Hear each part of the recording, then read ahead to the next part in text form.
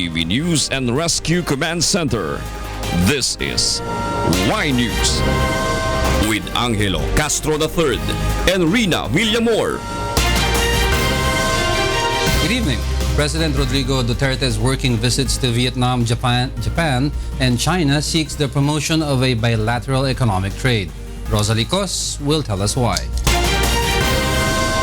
The Presidential Communications Office says the working visit of President Rodrigo Duterte to Hanoi, Vietnam aims to promote the bilateral economic trade of the country with other ASEAN member countries like Vietnam.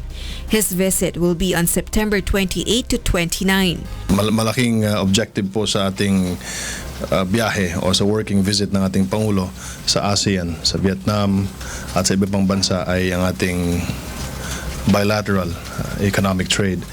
The maritime dispute in the South China Sea may also be discussed during the trip of the president since Vietnam is also a claimant country.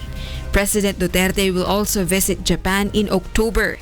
The president will be accompanied by a business delegation. According to Secretary Ramon Lopez of the Department of Trade and Industry, this is a good opportunity to push for further trading activities between the two countries. From the economic side, nakikita natin yung pagtutulak ng greater trade activities, mas lumaki pa ang ating exports. Ang Japan government, in fact, Japan is our biggest trading partner, no? Number 1 po yan. At the Japanese people in general, they've been very supportive of the Philippines. Japan Prime Minister has invited President Duterte during their meeting at the ASEAN Summit at Laos. Before the year ends, the president may also possibly go to China. President Duterte has already mentioned his plans to meet China and fight for the rights of the Filipino fishermen in Bajo de Masinloc or Scarborough Shoal. Me, I'm willing to talk. I'm going to China because I want. Then, kung kami na lang doon, I will present the problem to him and I would say to him, we do not go out of the four corners of this paper. We talk. Ganon, pero hindi ang pagtapang-tapangan tayo. Negosyo na. Kita mo, tulong sinagawa ng power plant. And just imagine if we can get their help in the years to come. It's not territorial. Kung territorial, matagal na tayo nagpapatayan dyan. It's the sovereign entitlement. But one of the things that I would demand, if I go to the mainland China, is give us back our fishing rights. Rosalie Cos, UNTV News and Rescue, Malacanang. Chinese Foreign Ministry spokesman Lu Kang tells media in Beijing that China welcomes President Rodrigo Duterte's visit at an early date. 中方已经多次表达了欢迎杜特尔特总统早日访华，我们呢也期待他早日成行。双方现在正在就此保持着密切的沟通。 President Duterte repeatedly says conflict is pointless and he wants to get along and do business with Beijing. 我们呢在这儿曾经说过，中非之间只要有这个相互保持这个解决问题的政治意愿，中非关系中没有过不去的坎儿。 Meanwhile, the Department of National Defense and the Armed Forces of the Philippines denied the request of MNLF Chairman Nur Miswari to suspend all military operations in Sulu to give way to negotiations for the release of kidnapped victims. Brian De Paz is here to tell us why. The Department of National Defense is not in favor of stopping military operations in Sulu. Department of National Defense Secretary Delphine Lorenzana says this is for the safety of the kidnapped victims. Lorenzana says the suspension should be localized only so that the MNLF troops will not be affected in the encounter between AFP troopers and the Abu Sayyaf group or ASG. He gave directives to ground commanders to make the necessary decisions, but he did not give any instructions to stop the focused military operations. I also instructed yung commander sa ground, yung task force ko, si General De La Vega, na bahala ka nang mag-decide dyan. Pero we are not allowing you to stop the operation all over the area, pero localized lang kung sakasakaling may negotiation na nangyayari. Secretary Lorenzana also said that the intensive military operations in Sulu resulted in the release of several kidnapped victims since last weekend. They also believe that the ASG members are under pressure. It's a good sign na under pressure na sila.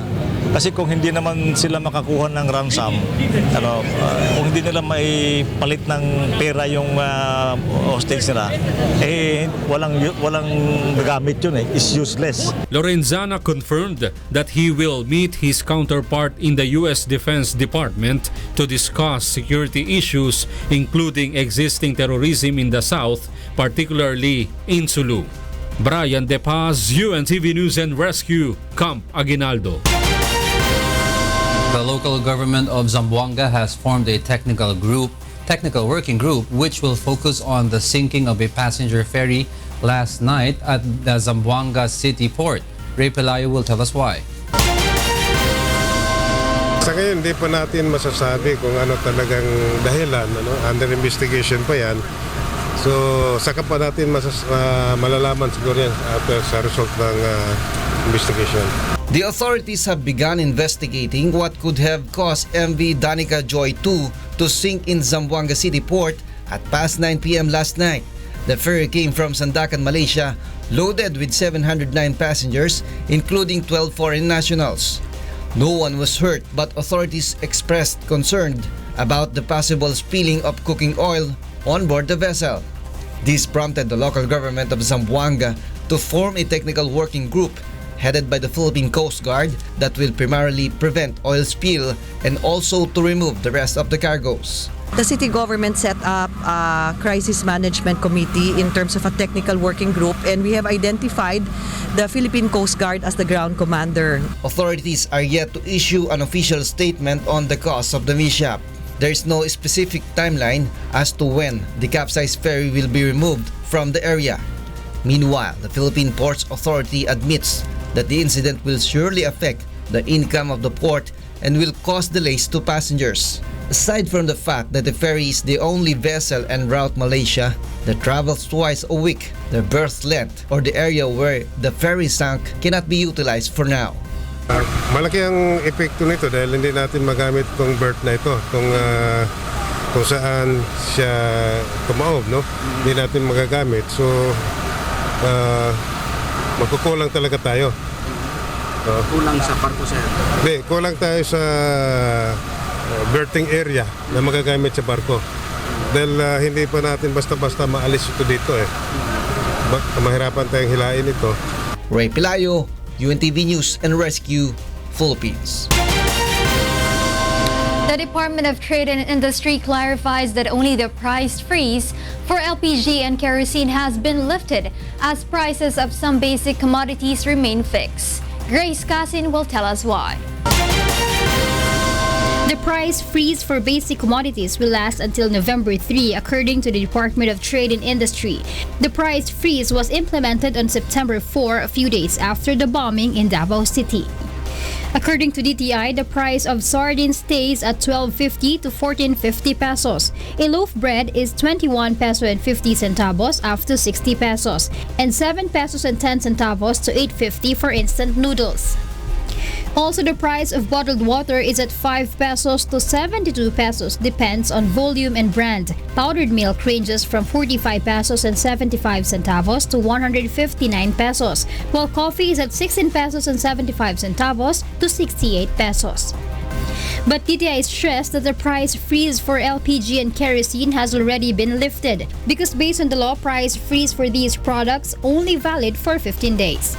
Napagkaisahan na pabayaan na lang umandar price freeze hanggang sa katapusan ng kanyang 60-day life term. Matatapos yan November 3. So hindi pinalawig, hindi pinahaba. Siyempre, nandun pa rin yung ating parang agam-agam na baka naman. Pag sinabi mong, okay, wala nagbago, price lift, i-lift na yung price freeze, baka naman sabihin nung iba, pwede na ko lang magtaas. DTI calls on public to report establishments that will not follow the price freeze.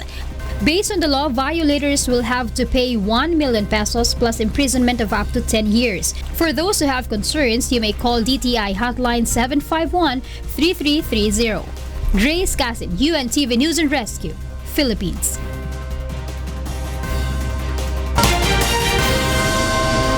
The Department of Education will look into the proposal of Senator Grace Poe for an earlier school break to ease traffic congestion this coming holiday season. Joanna will tell us why.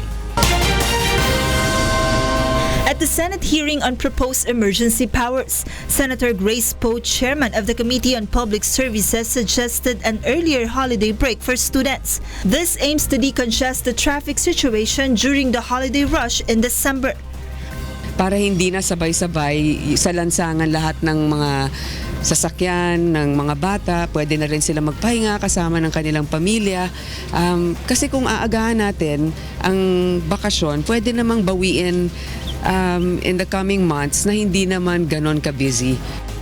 The Department of Education agrees with the proposal of Senator Poe but says it needs further study. Dapat po talaga idaan sa isang masusihong pag-aaral sa konteksto po ng school calendar days, non-negotiable contact time, dates that were already set for our examination, then you have Holy Week, hindi po ba?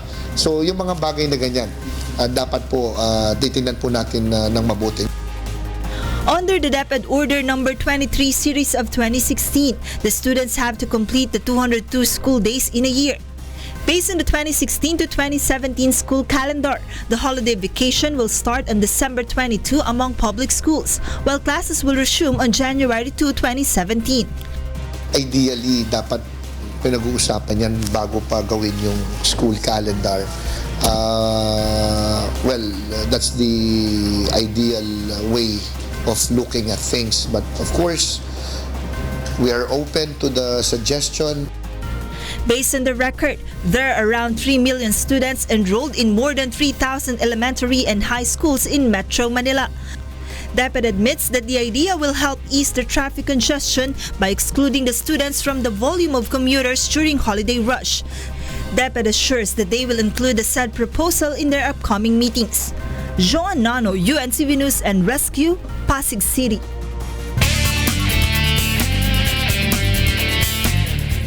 Motorists are now experiencing heavy traffic on EDSA northbound, particularly from Taft Avenue to Guadalupe area. Nel Maribohok is at EDSA Film to tell us why. Live. Yes, Nel, good evening. To our motorists in EDSA, expect heavy traffic in major intersections of EDSA, particularly in Makati area. Let's take a look at the traffic situation here in EDSA. Vehicles from Balintawak going to Muñoz and North Avenue area will experience light to moderate traffic. Vehicles are slow moving, approaching only to Muñoz intersection. Let us check out our live points. In Commonwealth Techno Hub, vehicles from Pilcoa going to Tandang Sora, only slow moving approaching Tandang Sora intersection, and fast moving from Tandang Sora to Quezon City Circle. In EDSA Guadalupe, vehicles from Guadalupe going to Shaw Boulevard, it's now heavy traffic in that area. Also from Orense going to Ayala, it's heavy traffic. Meanwhile, motorists from España, Blumentritt going to Welcome Rotunda, vehicles are slow moving all the way to G. Araneta Avenue. Also from España, Blumentritt to España UST, it's going to be moderate traffic situation. In Baclaran Rojas Boulevard, Parañaque City, from Baclaran going to Manila, it's light to moderate traffic. And from Baclaran going to Coastal Road, also light to moderate. And in Letre Malabon, motorists going to C4 Navotas, Road 10, vehicles are fast moving. Also going to Monumento, it's light traffic in that area. And that is our traffic update here in EDSA. Rina.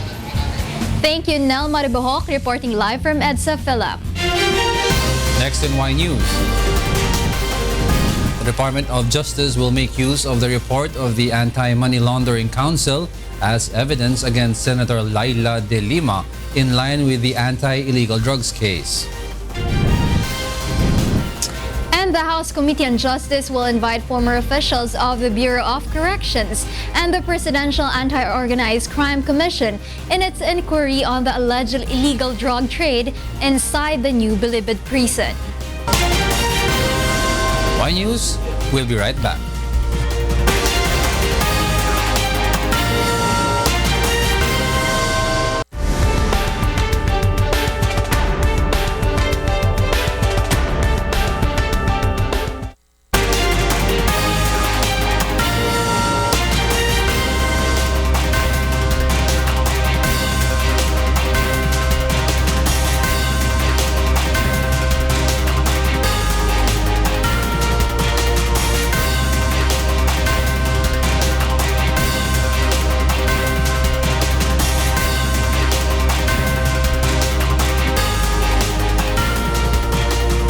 The PNP Internal Affairs Service is setting a probe on 18 policemen and one PIDEA agent who allegedly benefited from drug lord Franz Sabalones' weekly payola.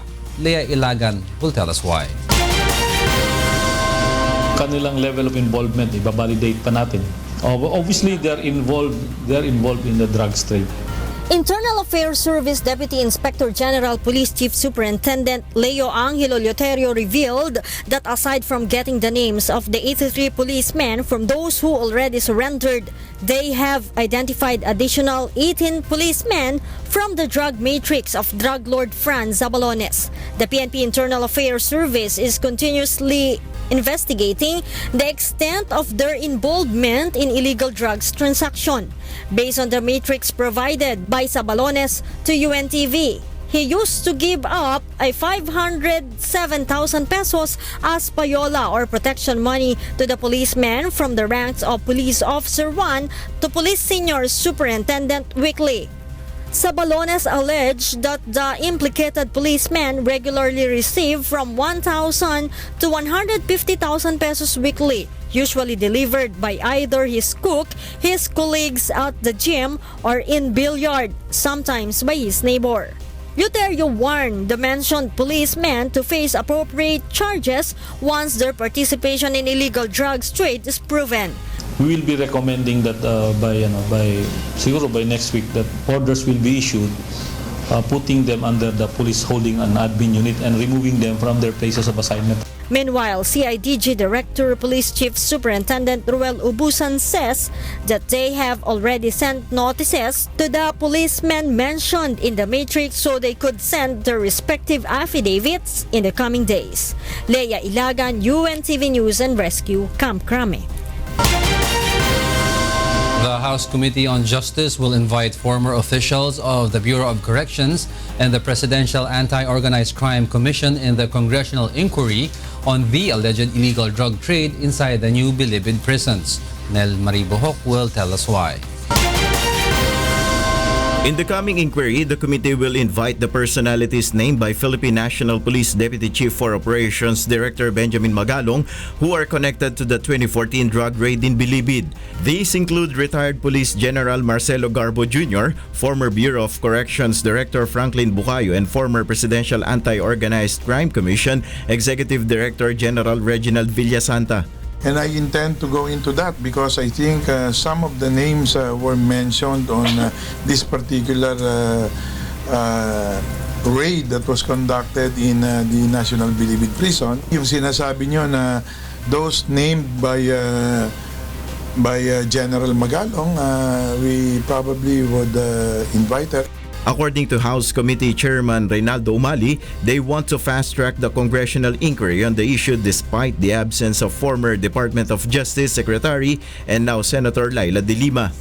Mga na-establish ko na yung facts that are necessary for us to render a report and submit the same to the plenary for approval. I'd probably abbreviate that. Siguro, I think I'd rather just go for about 2 or probably maximum 3 hearings. Last Wednesday, during the second day hearing, the gang leaders named Senator De Lima and Bucayo as allegedly involved in illegal drug trade in Bilibid. Nel Maribuhok, UNTV News and Rescue, House of Representatives. Lieutenant Colonel Ferdinand Marcelino files a petition to the Manila Regional Trial Court to dismiss the case filed by the Department of Justice against him in line with his arrest inside a clandestine Shabu laboratory in Santa Cruz, Manila. Roderick Mendoza will tell us why. Lieutenant Colonel Ferdinand Marcelino has asked Manila Regional Trial Court to dismiss the charges of possession of illegal drugs filed against him. In his motion filed today, Marcelino asserts that it is injustice to reopen the case that was earlier dismissed by DOJ in May. Pagkat nagbista na po ito, naghearing na sa RTC Quezon City, Branch 82. Marcelino also appeals to defer the issuance of an arrest warrant against him and urges the court to further investigate the evidence presented by the DOJ. He further requests the court to postpone the arraignment of the case until his motion is resolved. Moreover, Marcelino asserts that he is ready to tell everything that he knows about illegal drug transactions in the country. I will tell the truth kung saan man forum ako iharap. I will tell the truth as far as I know the truth. But Justice Secretary Vitaliano Aguirre says they still cannot decide whether to make Marcelino a witness. That would be premature. Unang-una sabi kong ganyan, hindi ko pa nababasa ano bang record doon sa Marcelino case na yun. DOJ dismissed Marcelino's case, citing that pieces of evidence against him are not sufficient to prove that he was the one in control of the more than 70 kilograms of shabu recovered by authorities in the clandestine laboratory in Santa Cruz, Manila in January. Roderick Mendoza, UNTV News and Rescue, Manila. Justice Secretary Vitaliano Aguirre admits that the bank accounts in the report of the Anti-Money Laundering Council have no direct links to Senator Laila de Lima, but it could still be used against her. Roderick Mendoza will tell us why. At least 20 bank accounts believed to be used as depository of drug money from the new Bilibid prison are included in the report of the Anti-Money Laundering Council. According to Justice Secretary Vitaliano Aguirre, the report shows the transactions on the accounts, but he refused to disclose how much money was involved all in all.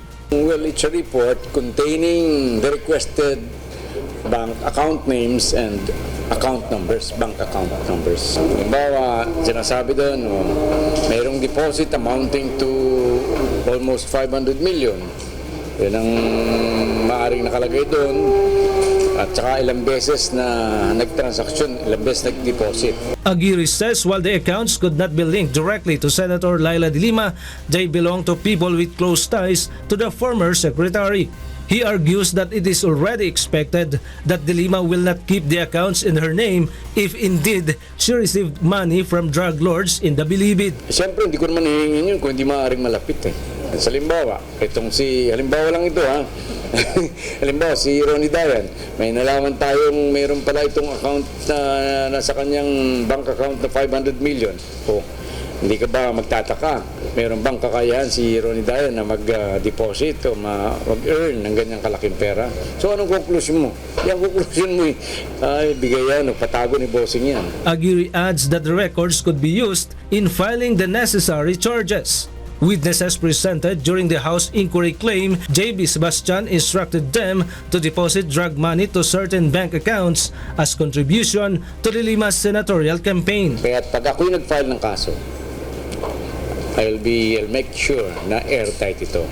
At magiging airtight ito kung yung aking mga testimonial evidence ay magkakaroon ng corroborating documentary evidence. Yung documentary evidence na yan itong sinasabi ko, itong mga bank accounts. For now, Aguirre says the AMLC report will be used in further investigation into the Bilibid drugs trade. Roderick Mendoza, UNTV News and Rescue, Manila. The COMELEC can provide a copy for the Statement of Contributions and Expenditures or SOCE of Senator Laila de Lima since it is a public document if the committees of both houses of Congress request for it. Aiko Miguel will tell us why. Itong mga SOCE na ito ay public documents naman. Kung ito hihingin sa amin, kung ito hihingin ng mga komite sa House o sa Senado, handa naman kaming ibigay ito. This was the statement of COMELEC Chairman Andres Bautista after being asked if COMELEC will be able to provide for Senator De Lima's Statement of Contributions and Expenditures or SOCE. COMELEC says this will help in the conduct of the investigation of both chambers of Congress. May mga pangalan na lumalabas dyan, pero hindi naman alam kasi ng COMELEC kung sino ba ang mga drug pusher, drug king. Wala naman kaming listahan dyan. Wala naman kaming confidential information na natatanggap. Attached in the SOCE are the list of contributions for the campaign of a candidate. COMELEC clarifies that although they can provide said SOCE, it is not enough evidence to prove an allegation. Bautista also says they will consider any election violation case filed against Senator Leila de Lima, but maintains that the Senate Electoral Tribunal will still have the power to impose a decision. Kailangan namin tignan. Although, now that she's already a member of the Senate, baka ang jurisdiction na yan is with the Senate Electoral Tribunal. Kailangan tignan natin yung batas tungkol dyan. No? Kasi na siya, proclaimed na siya. Meanwhile, the COMELEC is now preparing for the voters' registration in October for the 2017 barangay and SK polls. Iniintay natin yung batas na maipasa. Siyempre, hindi tayo makakagalaw kung wala pa yung batas na nagpapaliban ng ating barangay at SK elections. Pero gumawa na kami ng timetable. Gusto natin magsimula ng voter registration ng October 3. Aiko Miguel, UNTV News and Rescue, Commission on Elections. President Rodrigo Duterte invites the U.S. President Barack Obama to come to the Philippines and investigate on the alleged human rights abuse and vigilante killings in connection with his anti-illegal drugs campaign. Yesterday, President Duterte mentioned about his plan to send a formal invitation to the European Union and United Nations to send their delegates to the Philippines for an investigation, as well as an open forum with him. However, the president insists that he should also be allowed to ask questions to EU and UN afterwards. Yung mga human rights, halika kayo dito. So I would be inviting the Human Rights Commission, the EU, Obama, if he wants to come here. UNTV Serbisyong Kasangbahay has reached Qatar. Jun Surya will tell us why. With the big number of distressed overseas Filipino workers or OFWs in the Middle East, it is inevitable that one of them at some point in time would need a blood donor. That is why the Kamanggagawa Foundation Incorporated or KFI in Qatar continues its coordination with Polo OWA to be able to extend help, particularly through blood donations. For the third time this year, the KFI in Qatar, one of UNTV's partner in its Serbisyong Kasangbahay advocacy, conducted another blood donation drive, which is part of their commitment to donate blood 4 times annually. Through the project, nearly 30 blood bags were handed by KFI to the Blood Donor Center of Hamad Hospital. In line with this, Hamad Medical Corporation, Qatar's premier healthcare service provider, acknowledged the public service efforts of KFI, one of the many citations the group has received for its blood donation campaign. Malaking tulong po ito sa aming organization para ma-avoid po yung severe shortage ng blood supply. The blood donation drive was conducted in support of the project by members Church of God International, led by Brother Eli Soriano and Kuya Daniel Rason, which aims to help Filipinos and other nationalities alike. Pasalamat po ako sa Diyos kahit sa maliit na paraan na nakatulong po ako sa pagdodonate ng dugo para po makatulong po sa mga kababayan po natin na nangangailangan ng dugo. Hindi man po sa mga Pilipino, kahit po mag-isa ibang lahi. Jun Suriao for Serbisyong Kasangbahay. Coming up, a tropical storm is expected to enter the Philippine area of responsibility tomorrow and will be named locally as Ellen. And the HOR Solons and the GSIS Furies gear up ahead of Sunday's game at the University of Makati. More from Y News after this break.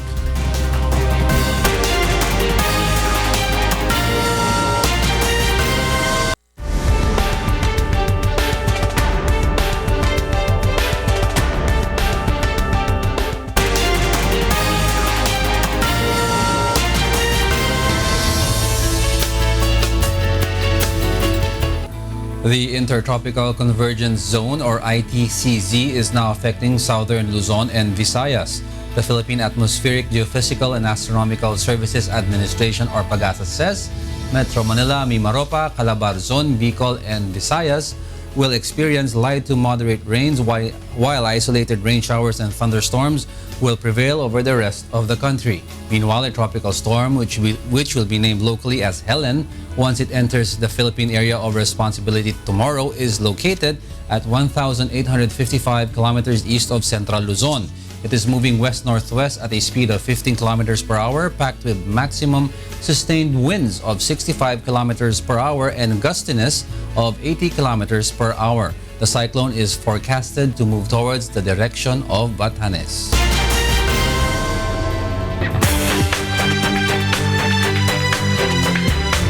Parts of Central West New South Wales were flooded on Friday as rivers continued to rise in the region after heavy rain. Authorities say roads were closed and houses were flooded around the town of Aguirre, where 170 people were evacuated since Thursday.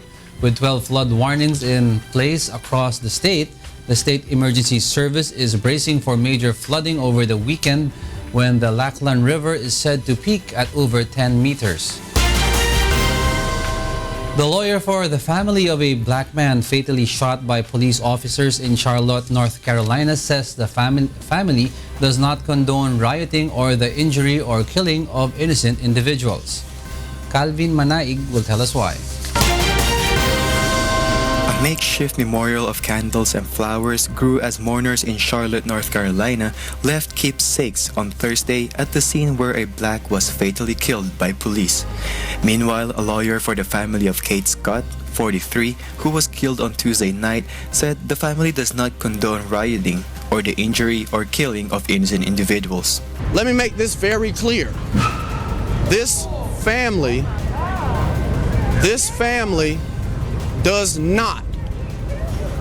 not agree with rioting or innocent individuals being injured or killed. But they do support citizens and their right to voice their frustration, to voice their anger. Scott's wife and other family members viewed the police body camera video of a black police officer shooting him dead in the parking lot of an apartment complex, but the family said it still has more questions than answers. We have become desensitized as a society to the killing of citizens in this country, and these videos contribute to that. Police have resisted pressure to publicly release the video. North Carolina Governor Pat McCrory declared a state of emergency during Wednesday night's rioting, which saw one man critically wounded by a gunshot. At least 8 more civilians and 4 police officers were injured, and 44 people arrested for charges ranging from assault to failure to disperse. Calvin Manaig, UNTV News and Rescue, USA. Russia's electoral officials travel by helicopter to remote settlements.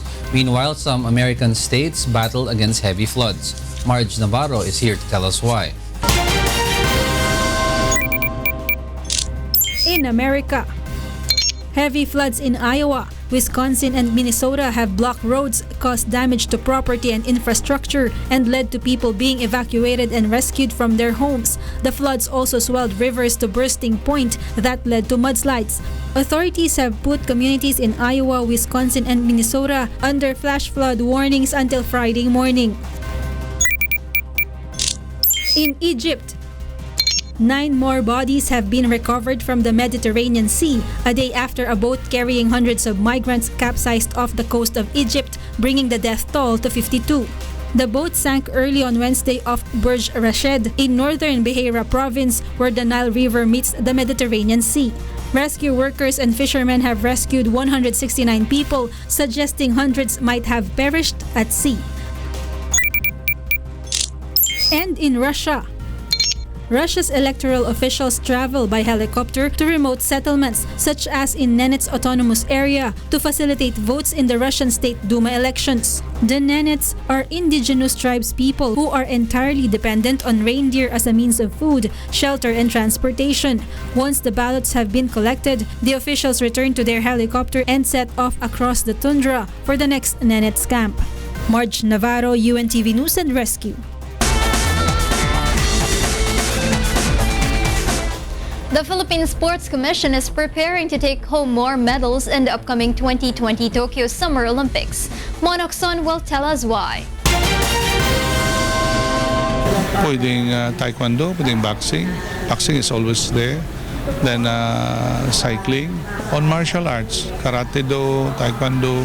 More on martial arts, it can be archery. We have to double our time. Archery, cycling, and maybe when surfing. No? This is the confident statement of Philippine Sports Commission or PSC Chairman Butch Ramirez. He believes that with the good performance shown by Heidelin Diaz in the recent Rio Olympics, the Philippines will be able to take home medals from the upcoming 2020 Tokyo Summer Olympics. Not just in weightlifting, but in many other sports in which Filipino athletes excel. To achieve this, the PSC will need to guide all the sport regional director all over the country. In line with this, the PSC has gathered all the regional directors of sports offices to prepare for the upcoming 2020 Tokyo Summer Olympics. Mag-succeed yan kung ang collaboration ay maayos. So we cannot succeed, we cannot achieve our goals without working together. One of the projects discussed in the consultative meeting is to put up training centers in every region, all over the country, where athletes can develop their skills further and be supported in these training centers. Aside from this, the PSC also plans on allocating bigger fund for the needs of the athletes and the training centers to be put up nationwide. Meanwhile, International Olympic Committee representative to the Philippines, Mikey Coanco-Jaworski, believes that the said project will be a great help to all the Filipino athletes. It takes a lot of time to develop athletes and to get them to the level where sports is now. Pagkatapos nung pagka-silver medal ni Heidi, I think maraming na-inspire din. So, it's also a matter of that inspiration na nabigay din ni Heidi and the excitement that there is around sports now. In addition, the Philippine Sports Commission believes that it is not too late for the Filipino athletes. And as long as there's the passion to succeed and learn, there will always be a big chance to take home more medals and honor for the Philippines. Mon Hokson, UNTV News and Rescue, Pasig City. The new president of the Union of European Football Associations, or UEFA, believes that London is the perfect choice for Euro 2020. Meanwhile, Italy's Olympic Committee chief is questioning Mayor Virginia Raggi's motive behind her decision to oppose Rome's bid in hosting the 2024 Olympics. Aaron Romero will tell us why. Italy's Olympic Committee chief Giovanni Malago questions the motive behind Rome Mayor Virginia Raggi's decision to oppose the city's bid to host the 2024 Olympics. Avete capito di che cosa stiamo parlando? Demagogia, populismo. Parliamo di argomenti. Non si vogliono fare. Perché? Perché non c'è un motivo vero. Perché se il motivo erano le ruberie, i latrocini, le mangiatoie, le speculazioni, noi diciamo gestitele voi, governate il processo voi, verificate voi che le cose sono fatte bene. Ma quale migliore garanzia di persone che sono, i portabandiera della trasparenza? Mayor Raggi pulled the plug on Rome's bid yesterday, saying staging the games would bury the capital under mountains of debt and tons of cement. Meanwhile, football legend African Yaya Toure announces his retirement from international soccer, saying that deciding on retiring is the most difficult match of his life. The four-time African Footballer of the Year solemnly says that he is stopping, but the pride of achieving 4 African Golden Balls for the Ivory Coast, among many other victories, will remain as his pride. And the new president of the Union of European Football Associations, or UEFA, Alexander Safarin, believes that London is the perfect choice to stage the climax to Euro 2020. Under the format presented by Seferin for the tournament's 60th anniversary, the 12 venues will stage 4 games each, with the semi-finals and final at Wembley in the English capital.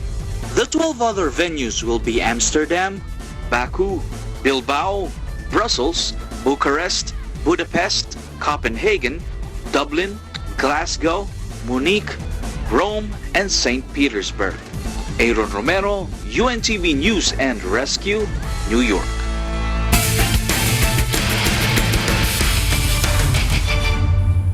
The HOR Solons and the GSIS Furies gear up ahead of Sunday's game.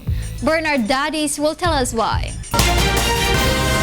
Sa kay Adriano, nasa gitna, Billones drives, ganda naman. The House of Representatives or HOR Solons believe they can bring home the bacon this time around in their second game this season. And in spite of being busy as public servants in the lower house, the Solons make time to gear up ahead of Sunday's match against the GSIS Furies, led by their team manager, Congressman Mikey Romero. Every Monday and Tuesday, kasi yun ang schedule namin sa House of Representatives, nagpa-practice kami. Kami mga congressman, tapos pag Tuesday, kasama naman yung aming mga imports. So, pinaghahandaan namin maigi ang UNTV Cup. Talagang, in fact, kinakarir na namin to. The deep bench of the HOR Solons includes former pro basketball players Kiko Adriano, Arnold Gamboa, Ege Billones, and Eric Rodriguez, with veteran player Pido Harencio steering the wheel. On the other hand, the GSIS Furies further intensify working out on their defense and offense, spearheaded by head coach Mike Sagitgit. Yung moral ngayon ng GSIS parang maganda, so gaganahang mag-ensayo yan. Magagawa namin kung ano yung gusto namin. So we're gonna get prepared against HOR. Maganda yung laban na yun. Kaya sa mga UNTV fans, watch out. Manood kayo nun. Despite a loss from the neophyte BOC Transformers on September 11, the GSIS team remains confident that they will be able to perform better in the game versus the HOR Solons. Included in the Furies roster are Stephen Mopera and Romer Diaz, who both played at FIBA Asia Championship Cup previously. Other players for the Furies are Anthony Cuevas, a former player of MBL, and Reddy Boy Banzali, who has played for Junior PBL. The HOR Solons and the GSIS Furies hardcourt battle is set in the third game on Sunday, September 25, 2016 at the University of Makati Gymnasium.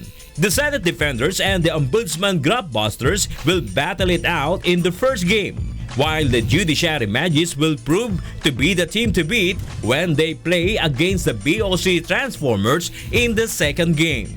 All matches will be aired live on UNTV with simulcast online via untvweb.com starting at 2 p.m. Bernard Daddies for UNTV Cup Season 5. Samsung has a long way to go to rebuild customer loyalty in the wake of its massive smartphone recall in Australia. Early Briones will tell us why. Samsung consumers said confusing information and long delays in replacing faulty Galaxy Note 7 phones may push many loyal Samsung customers to consider other companies. Catherine Cruz was not that lucky. She is one of more than 50,000 consumers across Australia impacted by the recall. When the much-hyped Galaxy Note 7 first came out, she bought two, and she said she'd had enough. Especially when you pay about $1,300 for a new phone that you can't use, plus the accessories. There have been 2 reported cases of Samsung Galaxy Note 7 battery explosion, one damage a Perth hotel room. Several airlines here have banned people from charging the recalled phones on flights. Some were upset with the way Choice was advising customers. Samsung was trying to press upon us that consumers had other rights, including a replacement, but there are potential fire risk. And under Australian consumer law, when you have a dangerous product like this, the consumer decides whether or not they get a repair, replacement, or a refund. The country was part of a worldwide recall earlier this year of hundreds of million chargers because they posed a fire risk. So I guess a charge is one thing. and certainly got a potential of burning your house down and destroying whatever. But the mere fact in a country like Australia, you can't walk on an aircraft with your Samsung phone is debilitating for a lot of business people. Samsung's problems in Australia have prompted some consumers to give rival Apple a second look, though Apple has had its own problems in Australia. Early Briones, UNTV News and Rescue, Sydney, Australia. The Asia CEO Awards 2016 gears for the announcement of leadership excellence in the business community this coming October. Yoshiko Sata will tell us why. The Board of Judges for this year's Asia CEO Awards has chosen the finalists for 14 categories, highlighting leadership excellence in the business community. Asia CEO Awards has been displaying Filipino business accomplishment to the world since its launch in 2010. We see Philippines really taking a leadership position in Asia, as it has already in the economic sense. It's now the fastest growing country in Asia. The judges include some of the recognized figures in the business community, such as Dr. Bernie Villegas, Darlene Berberabe, and architect June Palafox. We judged them, we educated entries, nominations, quantitatively and qualitatively, and not in absolute terms, but in relative terms. So we compare with each other, and we made sure the finalists and the winners are really deserving of the citation. The award categories include Executive Leadership of the Year, Entrepreneur of the Year, and Expatriate Executive of the Year. One of the finalists for the Expatriate Executive Award is James Donovan, the CEO of ADEC Innovations, which has been operating in the country for 20 years. So we provide information to customers that help them make better decisions with their resources, energy, water, different materials. Meanwhile, Meralco Biz Partners, one of the new sponsors, will present the Entrepreneur of the Year award to the winner among 13 finalists. Also, Meralco's thrust of advocating for more and more entrepreneurs to be recognized, for more of them to be helped, more of them to progress in this country. All the winners in 14 award categories of Asia CEO Awards 2016 will be announced during the Grand Awards Gala on October 18. Yoshiko Sata, UNTV News and Rescue, Pasay City. Britons now have a new go-to space other than a cafe when working with a laptop. Nina Armilio will tell us why. Britain's world-famous red telephone boxes may no longer be used for their original purpose with the advent of smartphones. But one company is giving the famous booths a makeover. As small and cozy offices. Podworks is hoping to lure those who sit in coffee bars to work on their laptops to its revamped booths, which, while not for the claustrophobics, boast Wi-Fi, plug sockets, a phone, printer, scanner, and free coffee and tea. The iconic red telephone boxes have dwindled in number over the years, replaced by more modern booths, or have been simply removed.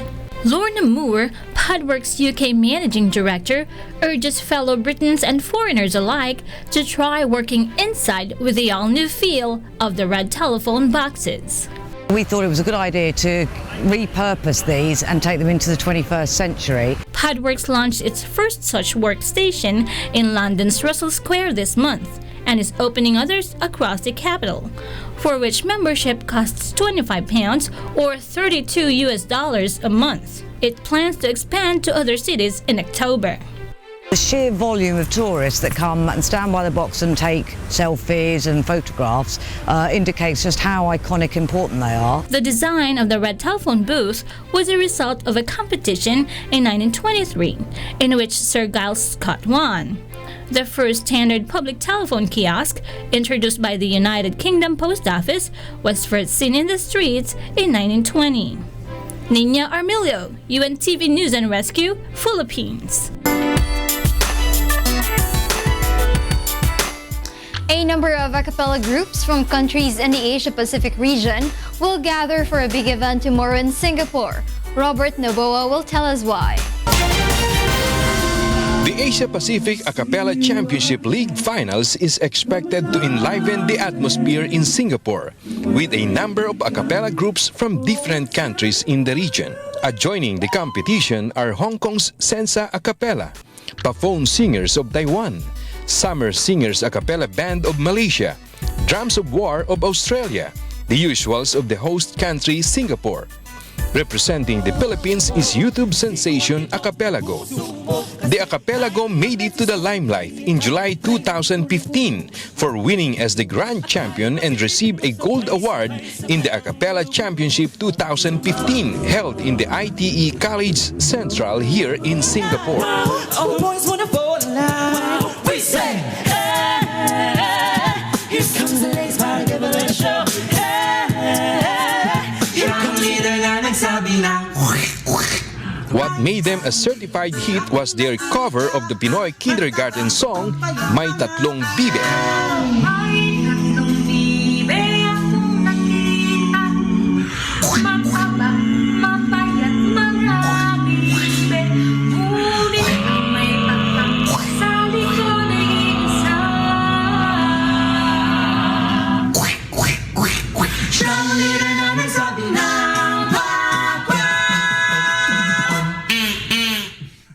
ACAPELLAGO aims to give their best and bring home the championship this year. Robert Navoa, UNTV News and Rescue, Singapore. And of course, before anything else, I'd like to thank Rina for joining us here tonight on Y News. Thank you for guiding me, Jego.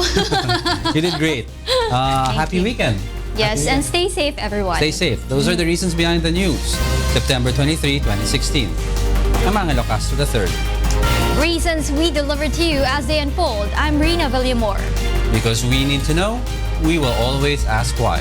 Thank you for watching Y News.